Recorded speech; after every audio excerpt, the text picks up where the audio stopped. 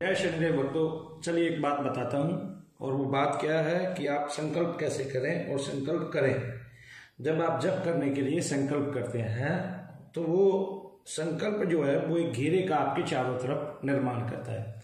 क्योंकि संकल्प आपका शुद्ध होता है, ठीक है, तो आधार या पात्र तैयार होता है उससे, और आपके जप से जो शक्ति का आकर्षण होता है तो उस आकर्षण से, उस आकृष्ट तेज के उस घेरे से वहां पर एक देवता प्रकट होता है। और वो देवता का, उस देवता को जो कार्य आपने सौंपाया, जो संकल्प आपने दिया है, वह उसे सत्व गुण में आधार तैयार करके आपके संकल्प के लिए कार्य करता है और आपके संकल्प पर तुरंत चल पड़ता है।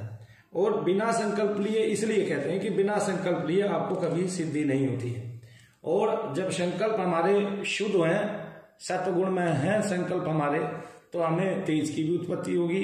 और जो संकल्प का घेरा है वो हमारा तीव्र भी होगा। इसलिए मनु भैया जी का घेरा तीव्र है, यानी कि चाह कर भी हमारा इस रूप में कोई कुछ बिगाड़ नहीं सकता। यानी कि मलिन रूप में कोई भी हमारा कुछ नहीं बिगाड़ सकता, हमें किसी भी प्रकार से आकृष्ट नहीं कर सकता, कोई भूत प्रेत आदि हमें सता नहीं सकता।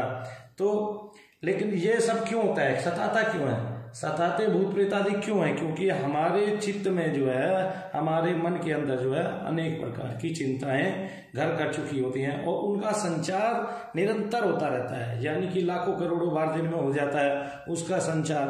तो इसके लिए हमें क्या करना होगा? इसके लिए हमें अपने मन में, अपने चित्त में एक ऐसा एटमॉस्फेयर बनाना होगा जहां पर केवल उच्च स्तर का तेज संचालित हो जाए। उच्च स्तर का तेज संचालित कब होगा? जब हम जप करेंगे, जब हम ईश्वर को पुकारेंगे, जब हम ईश्वर का सहारा लेंगे, जब हम उसकी शक्ति को प्राप्त करेंगे, जब हम शिव से उसकी तरंगे लेंगे, तो उस समय क्या होगा? हमारा आत्मा का तेज बार बार बढ़ेगा और उस तेज के उपयोगी भाव जो है वो हमें हमारे चित्त के अंदर उदय होने लग जाएंगे। तो फिर जो निम्न स्तर का तेज है, जो निम्न स्तर का भाव है, वो जो निम्न स्तर की चिंताएं हैं वो हमारे चित्त में, हमारे मन के अंदर ऐसे विकल्प, ऐसे संकल्प उठेंगे नहीं मलिन।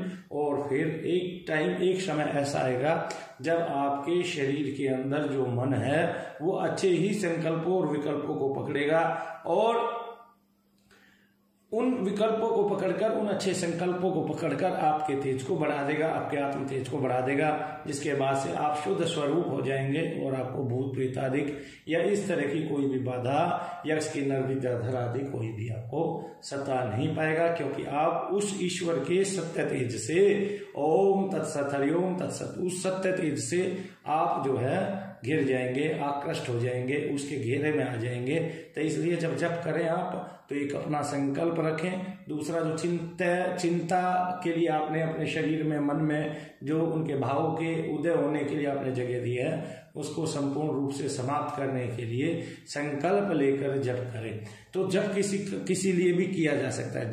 जप इसलिए भी किया जा सकता है कि मेरा मन शुद्ध हो, जप इसलिए भी किया जा सकता है कि मुझे देव दर्शन हो, और जप हर प्रकार से किया जा सकता है। और जप करते करते ही आपका ज्ञानोदय होता है, जप करने से ही आत्मदर्शन होता है। तो इस प्रकार से जो चित्त की अवस्था है वो अभी मलिन है, क्योंकि उसने प्रकृति का सहारा लिया है। लेकिन जब आप जप करने लगते हैं तो आप में उस पुरुष का सहारा आप फौरन ले लेते हैं, उस प्रकृति से बाहर की, यानी कि उस सूक्ष्म से सूक्ष्म प्रभु का सहारा आप ले लेते हैं, उस देवता का सहारा आप ले लेते हैं, तो उसके आवरण में आ जाते हैं। फिर उसकी कृपा होती है आप पर और आपके अंदर उसके तेज का उदय होता है, जिससे आप देवता में होकर इस जो है ना चिंता, जो आपके मन में अनेक चिंताओं का संचार होता है, उसको आप उस पर आप पार पा जाते हो। इस तरह से आपकी गति तेज हो जाती है, तीव्र हो जाती है। इस प्रकार से आप अपने जप को आगे बढ़ाते हुए संकल्पों के साथ आप जो है